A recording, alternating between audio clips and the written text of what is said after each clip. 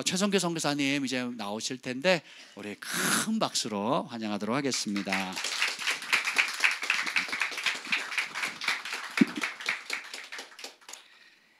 만나 뵙게 돼서 반갑습니다. 저 최성규입니다. 예. 제가 저희 사역 보고 먼저 하고요. 사역 보고라고 할 건 없지만 사역하는 얘기, 제가 사는 곳 이야기하고, 그리고 제가 하나님께서 주신 말씀들 함께 나누고자 합니다. 저는 성경 번역 선교사입니다. 여기 파워포인트 되면 좀 보여주시면 될까요? 예. 그 성경 번역 선교사예요. 지구상의 언어가 한 7,000개가 넘게 있어요. 그 중에 이제 다 언어는 있어요. 언어인데 말은 있는데 글은 없어요.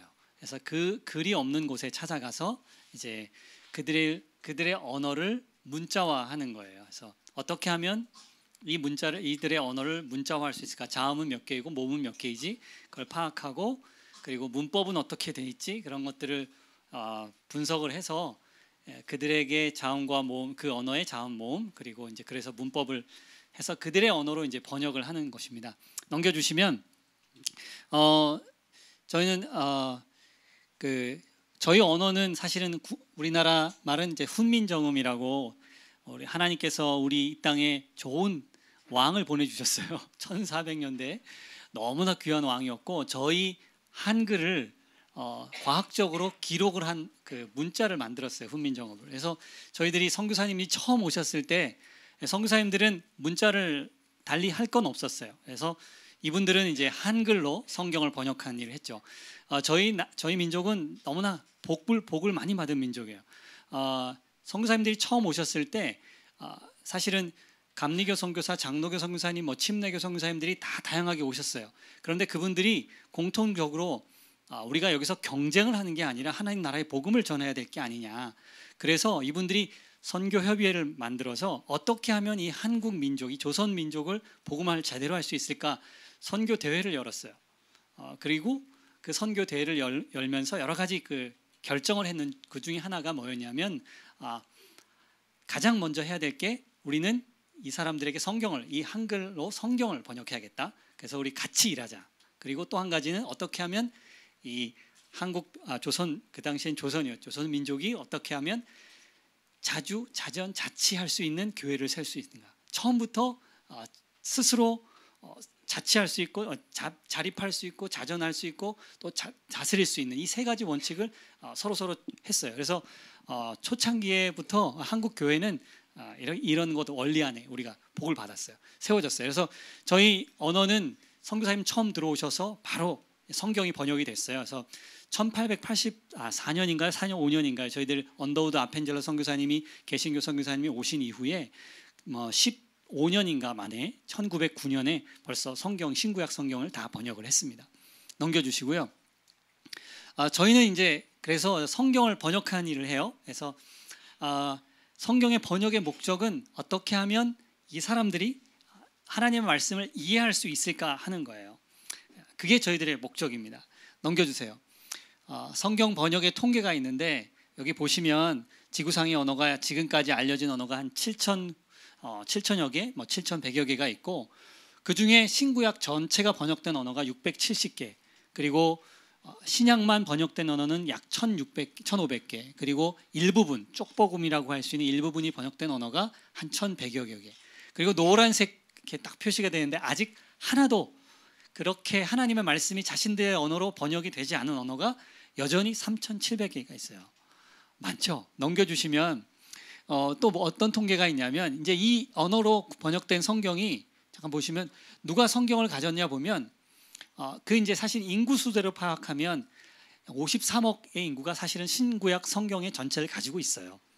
맨 오른쪽에 보면 아직까지 아까 3,700개의 언어로 그룹이 있는데, 그 언어 그룹은 이제 사실 인구상으로 보면 2억 정도가 돼요. 2억 얼마 안 된다라고 생각하실 수 있지 모르지만, 한 영혼을 하나님께서 천하보다 귀하게 여기세요. 우리는 제가 지난번에도 와서 그랬는데, 경제 개념으로 이 언어를 보면 안 돼요. 2억 사람들 그냥 무시해, 이렇게 생각하면 하나님의 마음이 아니에요. 그건 하나님의 마음이 아니에요. 2억 명의 사람들이 아직도 자신들의 언어를 가지고 있지 못해서 하나님 말씀을 듣지 못해요. 저 사람들이 복음을 듣지 못하면 예수님 다시 안 오세요. 마태복음 24장 10절 말씀, 14절 말씀인가요? 우리가 잘 모든 민족에게 복음이 전해지고 그 해야 내가 다시 오신다고 예수님 말씀하셨어요. 넘겨주세요. 넘겨주시면, 그래서 지금까지 이제 저희들이 필요한 언어들이 얼마가 되느냐, 이제 대륙별로 이제 쭉 나와 있어요. 저는 이제 이렇게 보면 1,600개 언어, 아직 3,700개 언어 중에 이제 꼭 필요한 언어들, 이제 언어가 죽어가는 언어도 있고 더 이상 번역이 필요하지 않고 어떤 언어 그룹은 공용어를 잘 해서 공용어로 복음을 들을 수가 있어요. 그렇지만 아직까지도 공용어나 어떤 언어로도 복음을 들을 수 없는 언어의 수가 약 1,600개의 언어가 있어요. 전 세계적으로 흩어져 있고 대부분 소수 민족들, 작은 소수 부족들 사람이에요. 저는 이 1,600개 언어 중에 하나인 꼼바의 부족을 가서 섬기고 있습니다. 들어오시는 가운데 아마 이 노란 카드를 받으셨는지 모르겠어요. 넘겨주세요. 올라가 볼게요. 저희 부족은 인도네시아에 속해 있는 파푸아에서 왔어요. 많은 분들이 헷갈려하세요. 왜냐하면 보시면 알겠죠. 요게 뉴기니 섬이에요. 이게 이제 가운데 이렇게 딱 선을 걷죠. 그죠? 무슨 일이 있었을까요? 그쵸. 전쟁이라고 보니까 땅 따먹기를 했죠. 예전에 큰 힘 있는 나라들이 이제 영국이 여기를 가져갔어요. 영국 땅 여기는 네덜란드가 가져갔어요. 그래서 이제 선을 그어서 여기 오른쪽은 내가 네 땅 뭐 이렇게 자기네가 식민지로 가지고 있다가 1940 제가 정확히 모르겠어요. 뉴기니가 언제 독립된지 모르지만 2차 세계대전 이후에 파푸아 뉴기니는 독립이 됐어요. 그래서 독립된 나라이고 파푸아는 여전히 네덜란드가 사실은 가지고 있었어요. 식민지로 가지고 있다가 1963년, 1969년, 63년에는 사실은 독립을 시켜주기로 했는데 그게 잘 안 되고 인도네시아가 내가 가지겠다 그래가지고 신탁 통치 들어보시면 우리 위임 통치를 했어요. 6년간. 그리고 1969년에 인도네시아에 병합이 됐어요.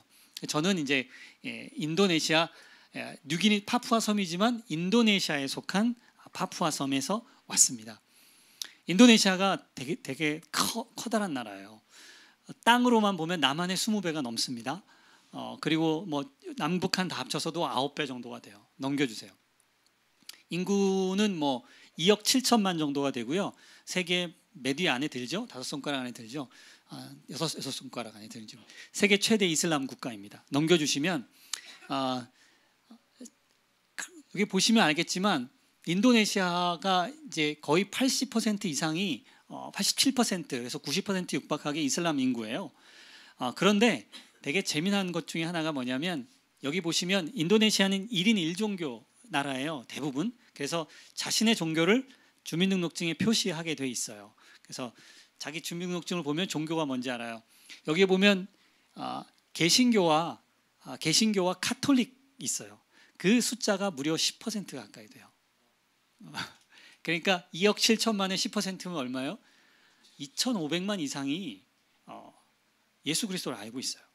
기도 제목 제가 부탁드린 것은 인도네시아를 기억할 때 인도네시아에 속한 우리 하나님을 아는 사람들, 하나님의 백성들이 인도네시아 땅을 섬겼으면 좋겠어요. 제가 기도 제목에 저는 기도할 때마다 기억날 때마다 생각할 때마다 인도네시아 사람들, 크리스찬들이 인도네시아 사람들의 복음화를 위해서 계속 힘썼으면 좋겠다. 인도네시아 교회가 선교적인 교회로 계속해서 거듭날 수 있도록 기도해 주셨으면 좋겠어요. 넘겨주시죠. 그리고 이제 이제 인도네시아 있어요. 이게 아마 그 맥 컴퓨터인가 봐요, 그죠? 이게 다 다른 것 같아요.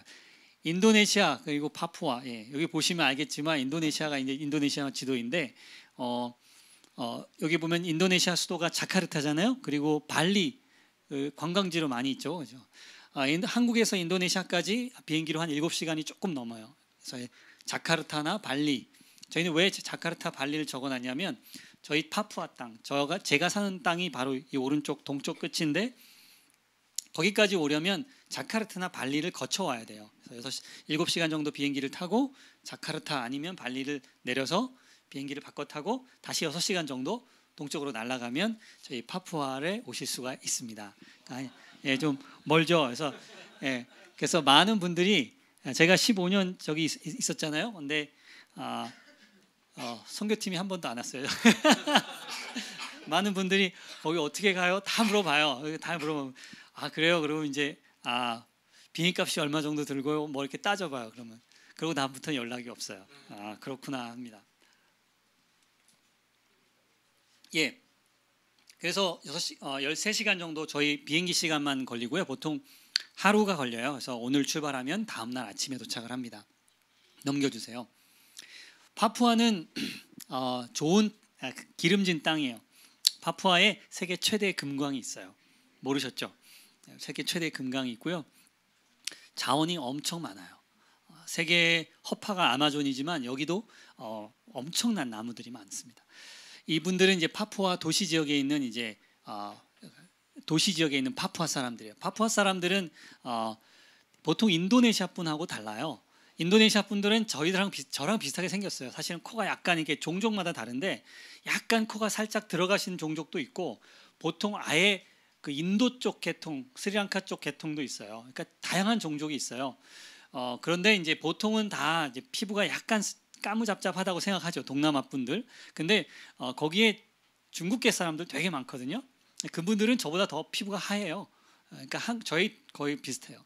근데 파푸아 분들은 아프리카 사람들하고 비슷하죠. 머리는 곱슬머리, 그리고 피부는 새카매요. 왜냐하면 태평양 열대 사람들이기 때문에 그렇습니다. 넘겨주시고, 제가 섬기는 이제 부족 사람들을 소개해드릴게요. 저희는 이제 큰 비행기가 도착하는 곳이 센탄이라는 곳이에요. 저기가 이제 큰 비행기장이 있고, 그리고 제가 사는 곳까지 가려면 이제 제가 섬기는 꼼바이 지역은 남쪽에 있습니다. 동그랗게 왕그말로라는 마을이 있고요. 저기는 이제 어떻게 가느냐?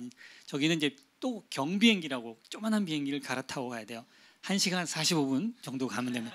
직항으로 갈 경우 이제 직항이란 말은 이제 전세 비행기를 말해요. 저희가 왜냐하면 그 비행기는 700kg을 태울 수가 있어요. 제 지난번에도 말씀드렸을 것 같아요. 700kg을 태울 수 있기 때문에 사람이나 물건이나 할 것 없이 다 저울에 올라가서 무게를 잽니다. 돈을 어떻게 받을까요?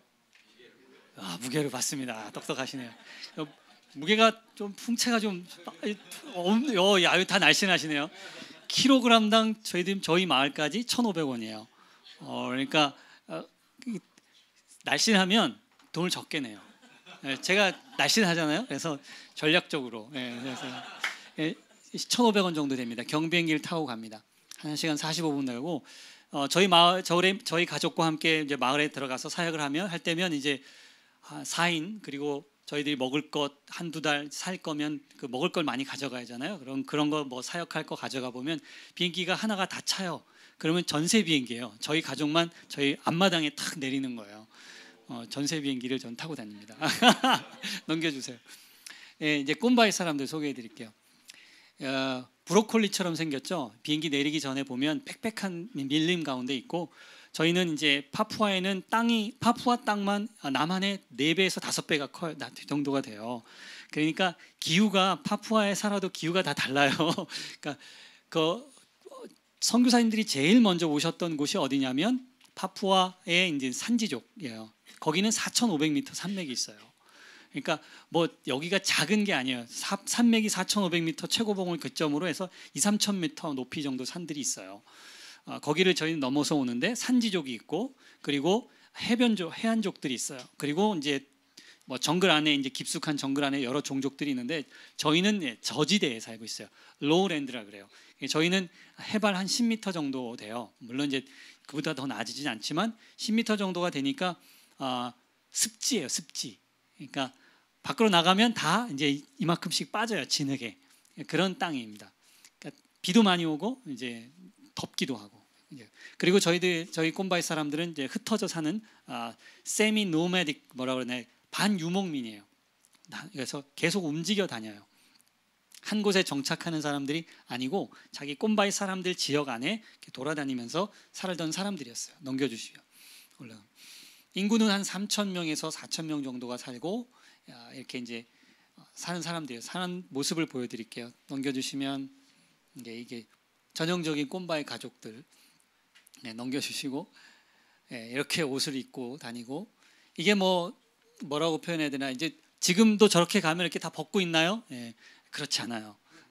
다 옷을 입고 있어요.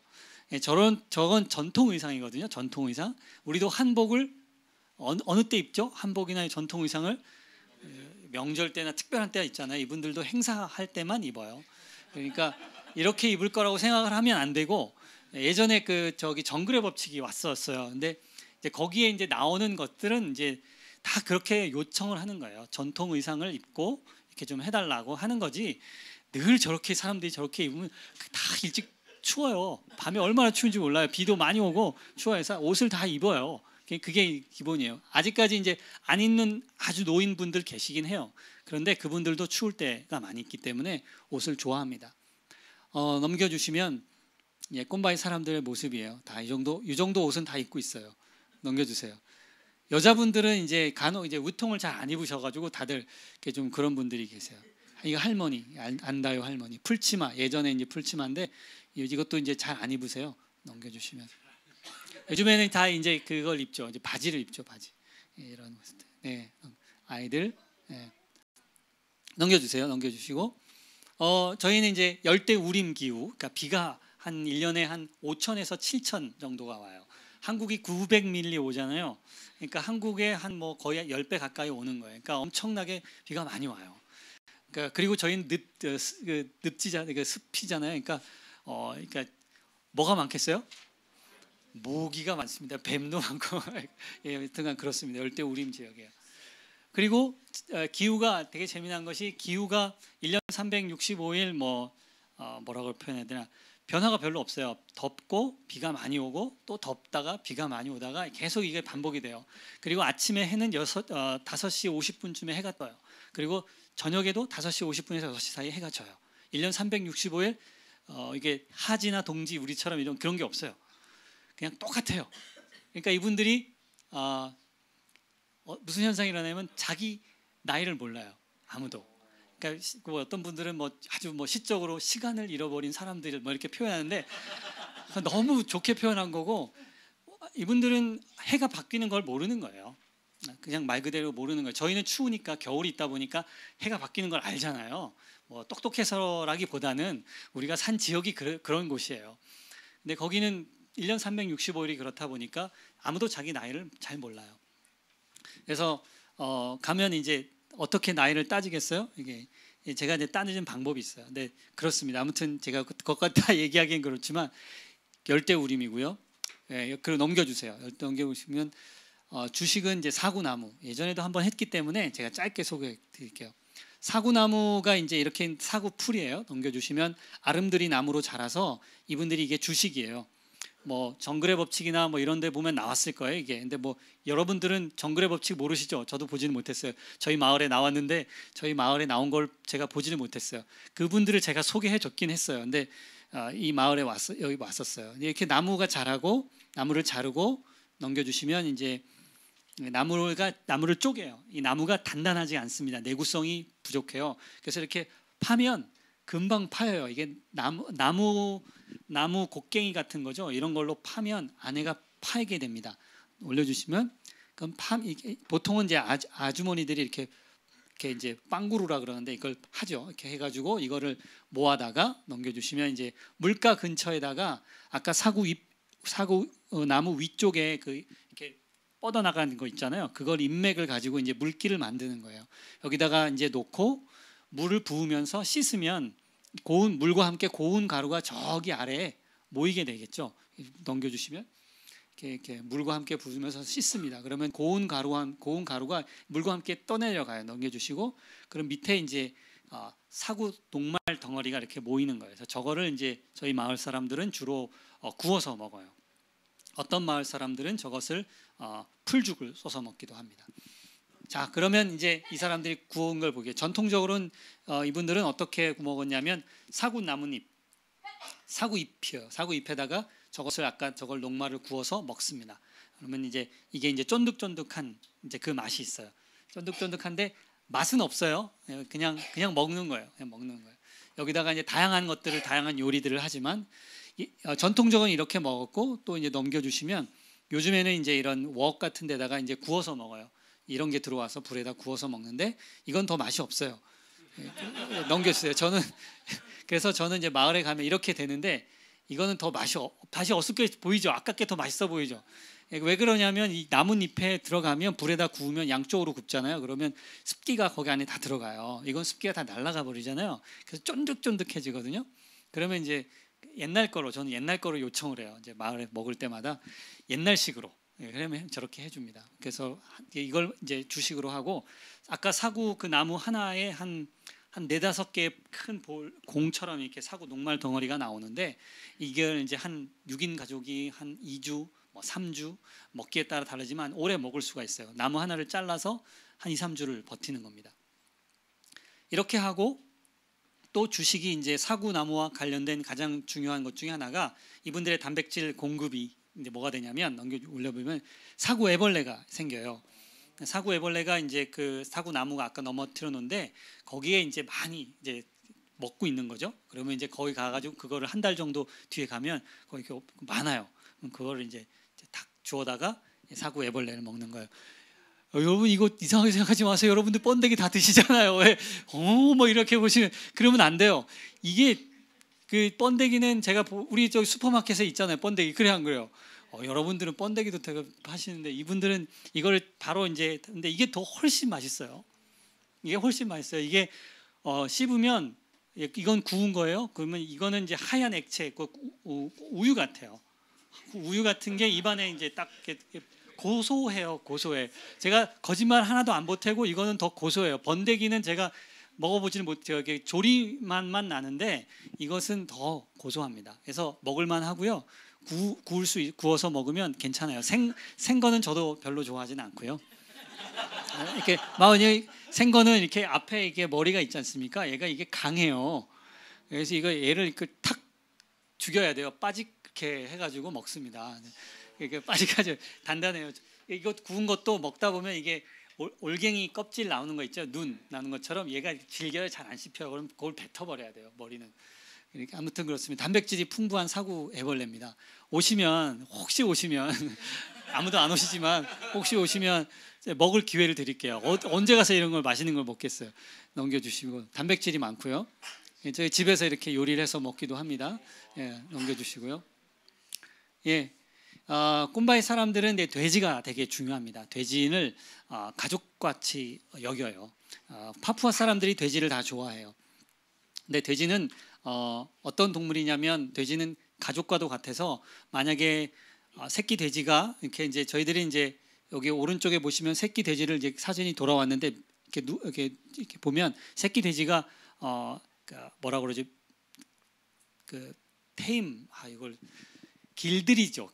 집에서 길들이는 거예요. 이게 어미 돼지 오른쪽에 보시면 작은 새끼 돼지가 묶여 있죠. 어미 돼지는 잡아먹었고 야생에서 멧돼지를 말해요. 여기서 돼지란 다 멧돼지를 말하는 거예요. 멧돼지를 어미 돼지를 잡아먹었고 새끼 돼지가 이제 남은 거예요. 그래서 그걸 붙들어 와서 이렇게 묶어두고 먹이를 주면서 얘를 길들이는 거예요. 먹이를 줄 때 소리를 내요.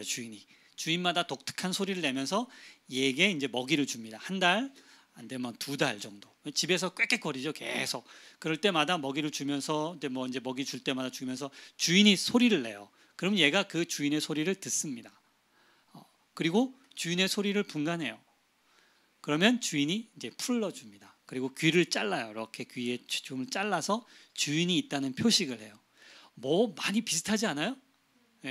구약 성경에도 비슷하고 신약 성경에도 비슷한 게 있잖아요.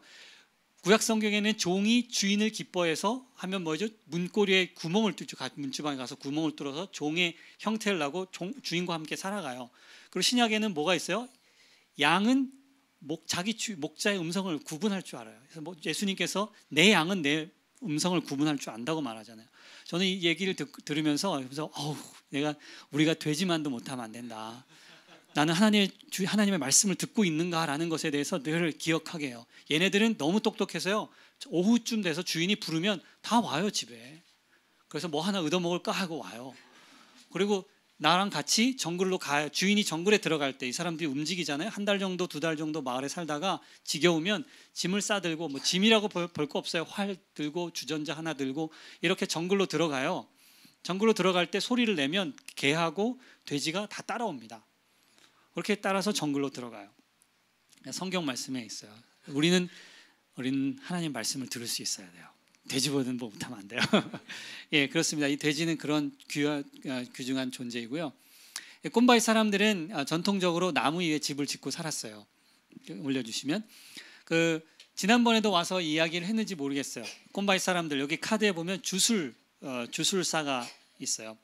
그래서 꼼바이 사람들에게서 가장 두려움은 이 주술사에 대한 두려움이에요. 주술사가 어떻게 한다고 그랬어요? 사람의 영혼을 먹을 수 있다고 이들은 믿어요.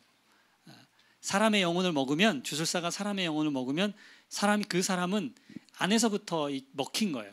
그래서 거죽만 남아 있고 집에 돌아가서 시름시름 앓다가 죽는다 하고 믿어요. 그러니까 이분들은 이제 이분들이 병과 죽음을 해석하는 이 해석의 체계예요. 이분들의. 우리는 사람이 아프면 뭐 병이 들었구나라고 생각을 했어요. 근데 예전에 우리 조상들도 사람이 아프면 귀신 들었다 그랬어요. 그런 사고를 아직도 우리 가운데 그런 분들이 계신 분들이 있어요.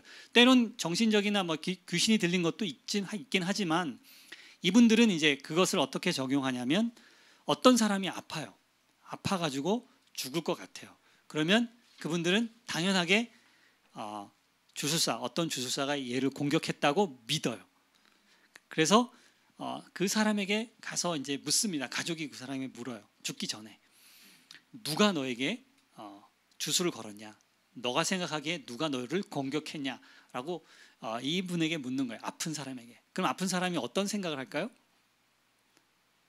자기 논리적으로 무슨 생각을 하겠어요?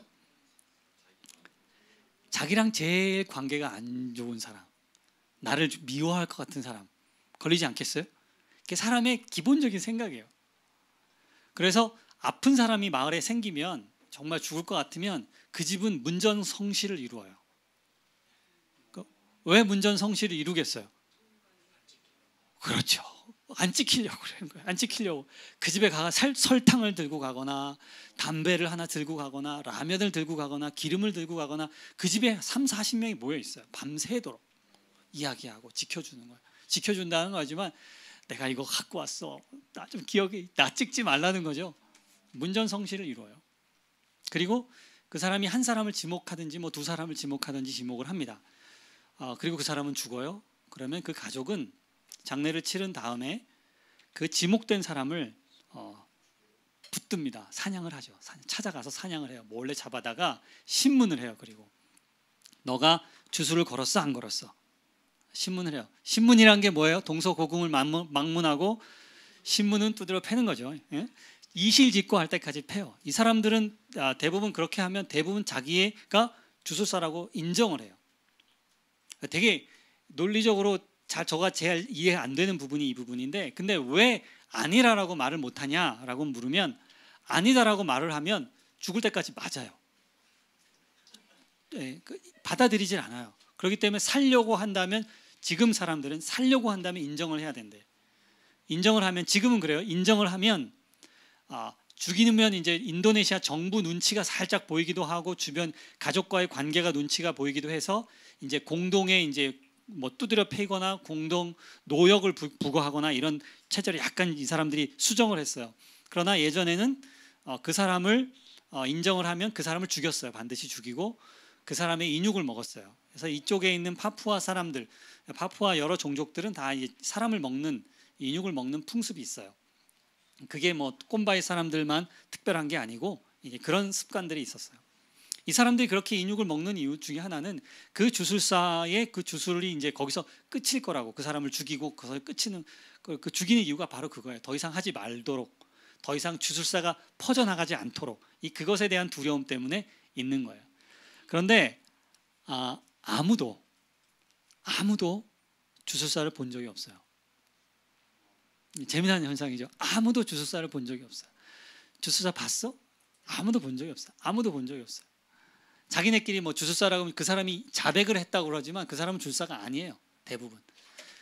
그리고 자백할 때도 그래요. 너 어떻게 죽였니? 그러면 자기가 어렸을 때부터 들어왔던 이 주술사에 대한 이야기를 다시 읊는 거예요. 그러면서 전체적으로 역시 주술사는 있어라고 집단 뭐라는 거죠? 집단 망상에 빠지는 거죠. 집단 신앙이에요. 이게 하나의 신앙. 그러니까 주술사에 대한 신앙을 견고하게 붙드는 거예요. 아무도 주술사를 본 사람은 없어요. 이렇게 사람을 그래서 한 사람이 아파서 죽으면 또 한 사람이 죽고 가는 일들이 많이 있었어요. 여전히 이 주술사에 대한 거는 강해요. 그래서 얼마 전까지만 해도 5명의 아이가 지목이 되고 그렇게 해서 뭐 맞고 도끼로 찍히고 뭐 여러 별일이 다 있었어요. 하나님의 은혜로 그 아이들이 다 살았고 또 한 아이는 이제 정말로 기도 부탁을 제가 기도 제목 가운데 기도 부탁을 많이 했어요. 그 아이를 빼돌리기 위해서 그 아이를 데려가기 위해서 노력을 해서 하다가 이제 저는 이제 마을 사람들의 미움을 많이 샀어요. 그래서 마을 사람들하고 싸워야 되니까 그죠?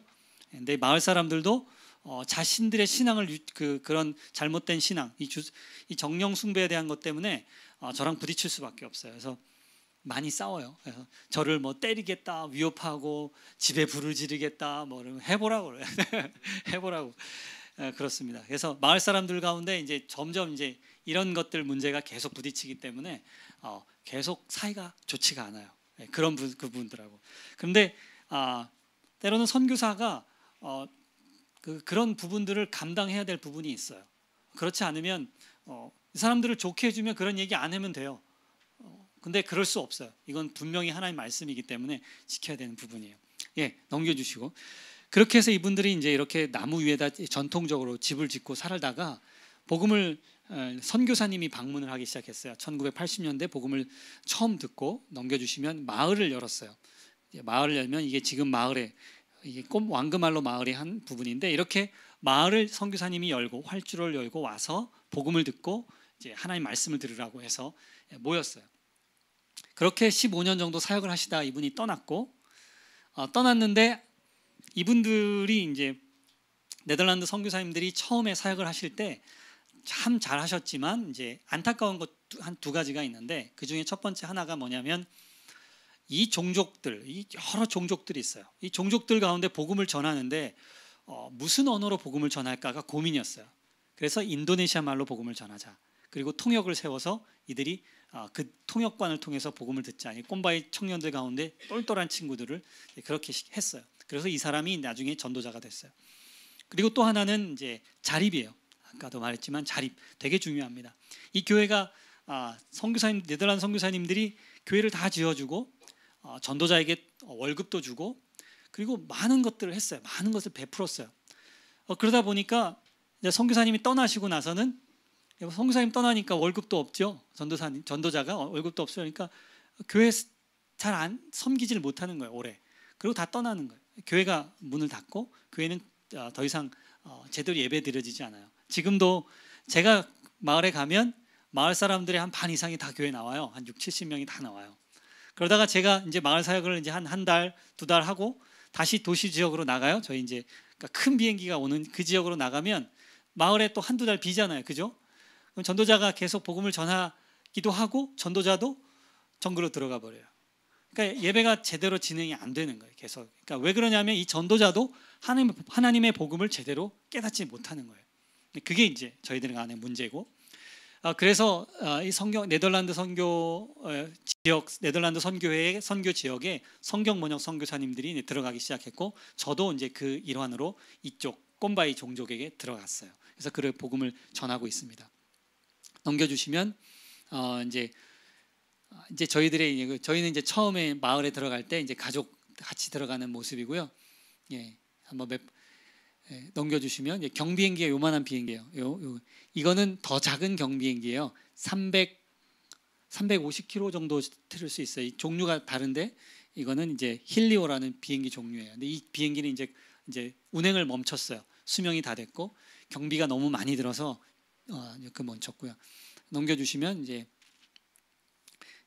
저희가 살고 있는 마을이에요. 저희 왕그말로라는 마을인데 저 뒤에가 비행기 활주로고 저기 빨갛게 치어진 게 이제 저희 집입니다. 2009년에 저희들이 집을 나무를 자르고 정글에 가서 나무를 자르다가 이제 집을 졌어요. 사람을 고용해서 하나님께서 뭐 지난번에도 와서 말씀드렸지만 하나님께서 저 집을 짓는데 비용을 주셨어요. 제가 알지 못하는 분이 헌금을 하셨어요. 제가 기도했던 그 기도의 헌금을 전 누군지 몰라요. 아직도 어느 날 전화해서 헌금을 하겠다고 그래서 알려주시고 그리고 전화를 끊었어요. 그래서 그분이 이제 집을 짓도록 헌금을 했습니다. 하나님께서 그분에게 복을 주실 거라고 저는 믿습니다. 3만 불을 헌금하셨어요. 넘겨주시면 저희 마을이 한 150명 정도가 살고요. 저희들이 저렇게 이제 처음에는 다른 곳에 한 3년 정도 살았어요.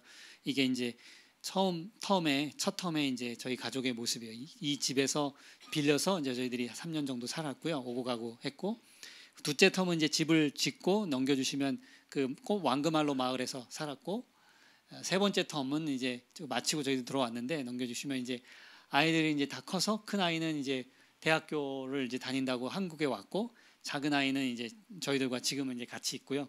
다시 이제 8월에 9일 저희들이 다시 돌아갑니다. 큰 아이는 이제 독립을 이제 해야겠죠. 그래서 그런 게 저희 가족입니다. 넘겨주시고, 제가 이제 어떻게 사역을 시작하냐면 처음에는 꼼바의 종족을 정하는 일부터, 그리고 처음에는 언어 그룹의 방언이라는 게 있어요. 4가지 방언이 있어요. 그 꼼바의 언어에 조만한 3,4천 명밖에 안 되는데 그 언어군도 방언이 4가지가 있고 그 중에 한 방언을 잘 쓰는 방언을 이제 대표 방언이라고 그러죠. 그런 방언을 연구하는 찾는 일을 했어요. 마을을 15개 정도를 다 돌아다녀서 데이터를 모아서 이제 그거를 하는 거예요. 마을을 돌아다닐 때는 뭐 배도 타고 대부분 걸어가요.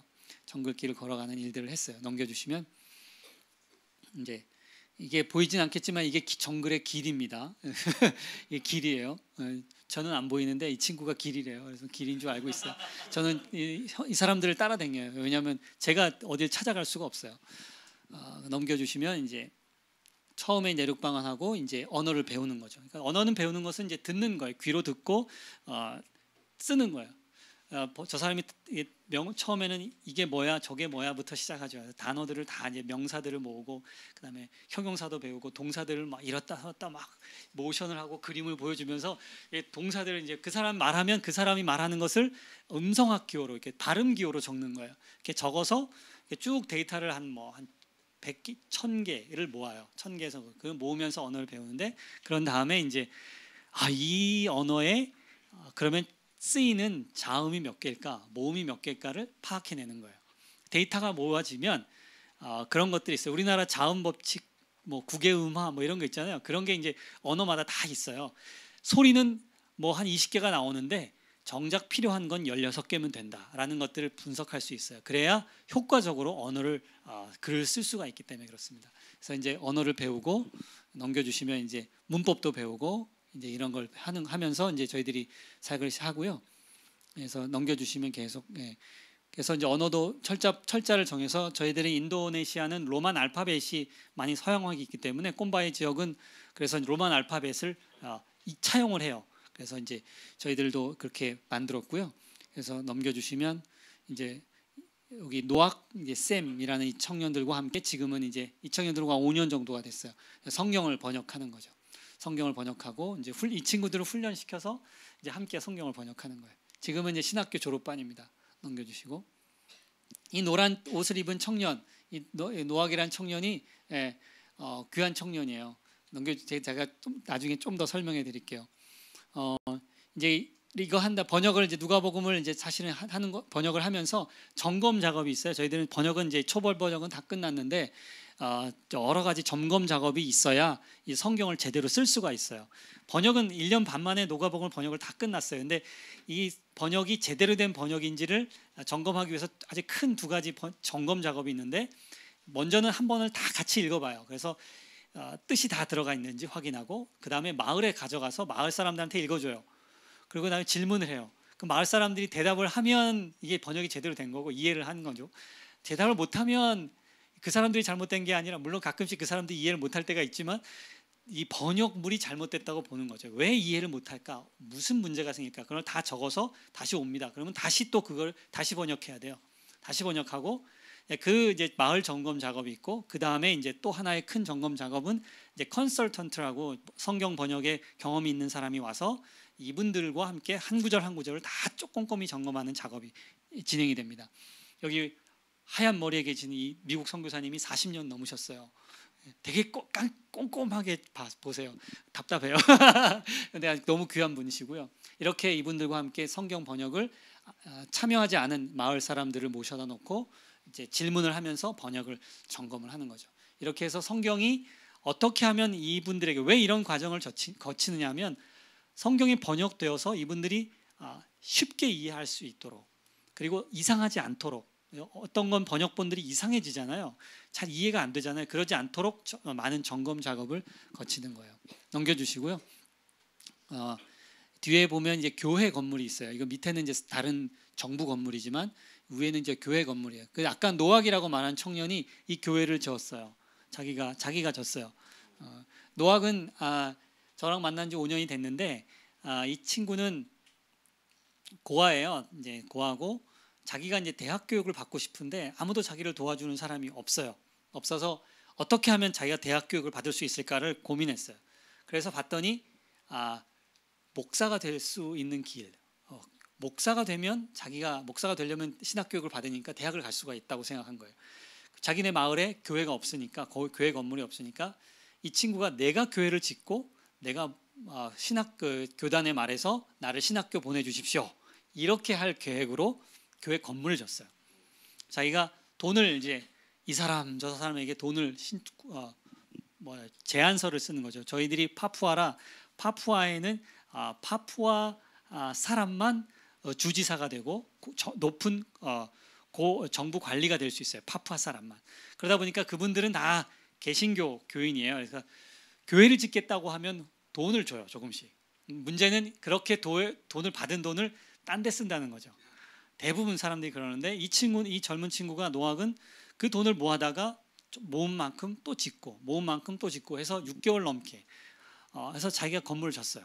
건물을 진 다음에 교회에다가 내가 교회 건물을 졌으니까 나를 신학교 교육을 보내달라고 했어요. 근데 안 보내줬어요, 이 친구를. 근데 그러던 가운데 저를 만났어요.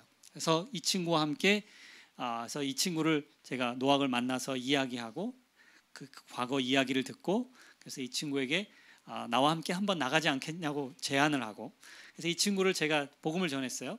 그래서 이 친구가 예수 그리스도를 알게 되고 신앙을 가지면서 지금 신학교 교육을 마쳤어요. 그 교회가 뒤에 잘 져 있죠. 이 교회는 선교사의 교회가 아니라 자기네 교회예요. 저희 마을에 안타까운 건 저희 마을에 선교사님이 지은 교회가 있어요. 근데 이 교회가 무너지고 교회가 비가 새도 이분들이 수리하질 않아요. 제가 해서 수리하도록 나무와 못과 돈 일부를 제공했어요. 그런데도 안 해요. 돈을 더 달래요. 그래서 돈도 한번 줘봤어요. 수리할 수 있는 비용을 줘봤어요. 저는 테스트였죠. 한번 고쳐라. 최소한 당신네들이 이 정도는 해야 되지 않겠냐. 안 고쳐요.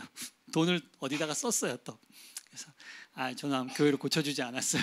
지금도 고쳐주지 않아요. 비가 새도. 비가 새는 건 전혀 문제가 안 돼요. 예배드리는데 교회는 사람입니다, 그죠? 하나님의 믿는 백성들이 모이는 곳이 교회예요. 그래서 저는 교회 건물보다는 이 사람들이 변화되기를 바라는 거예요. 이 사람들이 변화되면 또 교회가 생겨날 수 있다고. 교회 건물은 당연히 생겨날 수 있다고 생각해요. 그래서 우리 수준에 맞는 건물들을 지금 짓고 있어요. 너무 잘 졌어요. 넘겨주시면 됩니다. 점검하는 작업이고요. 넘겨주시고 쭉 보면 이제 마을 사역하는 모습들이 넘겨 있는데, 저희들이 이제 훈련하는 올라가 보시면 계속 훈련하는 것, 이분들은 이제 다 떠난 분들인데 그렇게 마을에서 훈련했던 사람들이고, 넘겨주시고 쭉 계속 올라가 주시면 됩니다. 안에는 이제 그 아이들 가르치는 것, 이제 문맹 퇴치라고 하는데, 이제 저희들이 문맹률이 96%예요. 그러니까 글이 읽는 사람들이 별로 없어요. 그래서 이제 저희들이 꼼바의 언어를 활자를 정하고 꼼바의 언어로 그림책을 안에는 만들었어요. 한 10권 정도 만들어서 이제 쉽게 한 줄짜리 그림책, 그림과 한 줄짜리 단어 이것부터 시작해서 한 10권 정도를 만들어서 아이들 가르치는 거예요. 개구리가 있죠. 그런 책들을 읽게 하는 것 이거 하고, 옮겨주시면 또 주일학교도 같이 아이들하고 저희 집에서 이제 베란다예요. 저희 집 베란다에서 하고, 저희들이 마을에 있을 때 또 올라주시면 계속 넘겨주시면 됩니다. 그리고 아이들 이제 약 주는 거 저희들이 뒤에 넘겨주시면, 뭄바이 사람들이 영아 사망률이 거의 50%입니다. 둘 중에 하나는 죽습니다. 그리고 평균 수명이 한 45세 정도에서 50세 밑이에요. 그래서 사실은 저보다 나이 많은 사람들이 별로 없어요. 그러니까 제가 꽤 나이가 많은 축에 속해요. 안타깝죠. 왜냐하면 3대 질병이 있어요. 결핵, 그리고 폐렴, 말라리아. 이게 많이 걸려요. 아까도 말했지만 아프면 사람이 병이 걸리면 오래 못 버텨요. 그게 가장 큰 문제. 약도 없고 항생제도 제때 들어가지도 않고 그러다 보니까 사람들이 많이 죽어요. 예, 그게 이제 여기 파푸아 지역의 가장 큰 어려움 중에 하나예요. 그럼 왜 정부는 아무 일도 안 하냐? 일을 해요. 일을 하는데 사람이 문제예요. 정부에서는 돈도 주고 약도 줘요. 근데 그 일을 맡은 현지 그 파푸아 분들이 마을에 안 살아요. 마을에 살아야 약을 나눠주는데 마을에 안 살아요. 마을에 안 사니까 아픈 사람이 약을 얻을 수가 없잖아요. 그러니까 죽는 거예요. 그래서 저희도 웬만하면 안 하려고 그래요.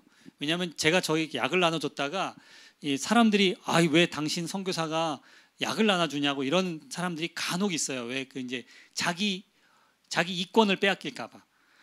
그래서 이제 그 싫어하는 사람도 있어요. 근데 마을에 저 사람들이 없을 때는, 있을 때는 제가 하지 않지만 없을 때가 더 많아서 없을 때는 아이들을 중심으로 약을 항상 나눠줍니다.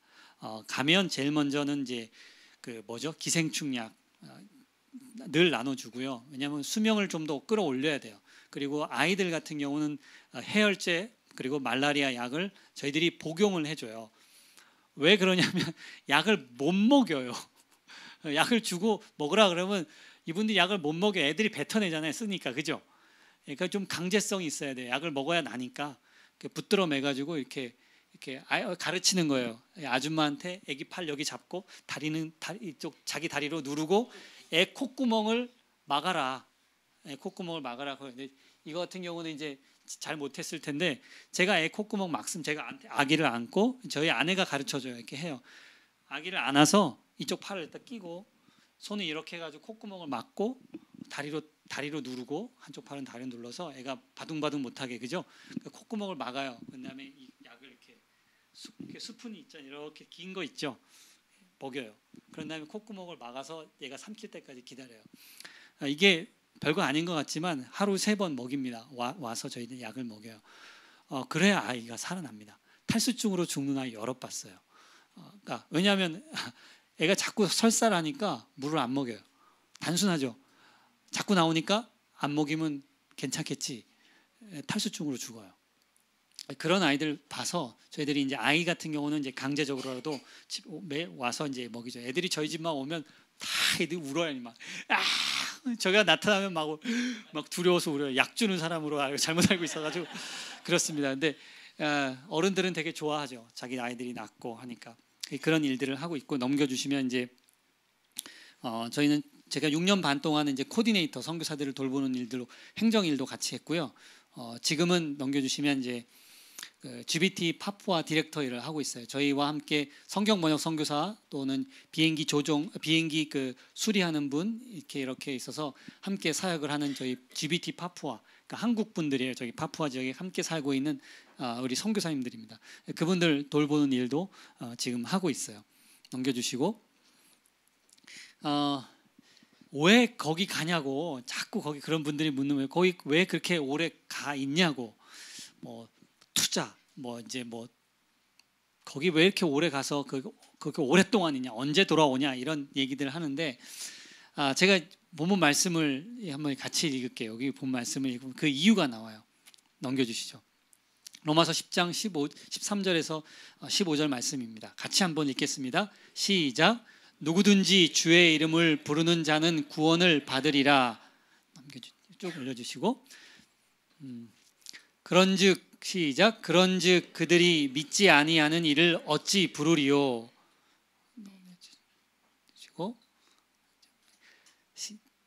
듣지도 못한 이를 어찌 믿으리요.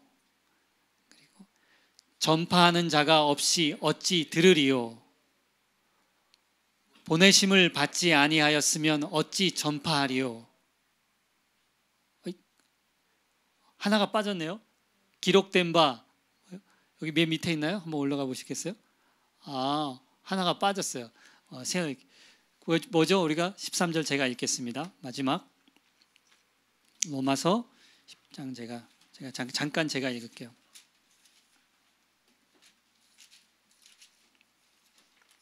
네. 기록된 바 아름답도다 좋은 소식을 전하는 자들의 발이여 함과 같으니라. 예, 그게 됐어요. 거기 가는 이유는 누군가가 가서 복음을 전해주지 않으면 그 사람들은 구원을 받을 길이 없어요. 한 번도 자신들의 언어로 하나님 말씀을 들어본 적이 없어요. 그러니까 기회가 균등하지 않아요. 제 마음속에도 이런 마음이 있어요. 하나님, 저도 좋은 카페 있는 곳, 좋은 문화시설 있는 곳 좋아합니다. 어떤 분들은 저 선교사는 뭐 그런 저런데 너무 잘 사니까 뭐 그런 거 별로 안 좋아하는 것 같은데 저도 아이스 아메리카노 따뜻한 좋은 이렇게 좋은 분위기에 있는 카페 좋아해요. 그런 게 싫어서가 저 가는 게 아니에요. 때론 제 마음 가운데 안식년 가운데 이런 마음이 살짝 들었어요. 나도 한국에 남아 있을까라는 생각이 들었어요. 목회가 뭐 쉽다고 해서가 아닙니다. 목회도 어렵습니다. 한국에 남아 있을까라는 생각이 살짝 들었어요. 그런데 하나님께서 여러 가지 글을 읽으면서 제게 말씀해 주시는 것은 하나는 그거예요. 너가 안 가면 꼼바이 사람들은 어쩌라고 하는 거예요. 제가 안 가면 꼼바이 사람들에게 누군가 가서 복음을 전할 사람이 없어요. 안타깝게도 아직까지는. 그래서 그리고 그들의 민족을 복음을 전할 수 있는 자체적으로 전할 수 있는 사역자가 있느냐 아직 없어요. 제가 안 가면 안 돼요. 한마디로. 그러니까 그거를 아는데 어쩔 수가 없잖아요. 어쩔 수가 없잖아요. 제가 가야죠, 하나님. 저는 거기 가야죠. 그래서 가는 겁니다. 하나님의 말씀이 전해지지 않은 곳에 구원이 있을 수 없어요. 믿음은 들음에서 나며 들음은 하나님의 말씀을 믿음으로 그리스도의 말씀으로 말미암는다고. 들음은 그리스도의 말씀으로 말미암다는 우리의 말씀을 우리가 기억해야 돼요. 그분들은 한 번도 자신들의 언어로 복음을 들을 기회를 갖지 못했어요. 그래서 누군가 가야 돼요. 그래서 가는 겁니다. 우리 주변에는 그런 사람들이 여러분 주변에도 있어요. 그죠? 여러분들은 이곳에서 저는 그곳에서 그 일을 감당할 줄로 믿습니다.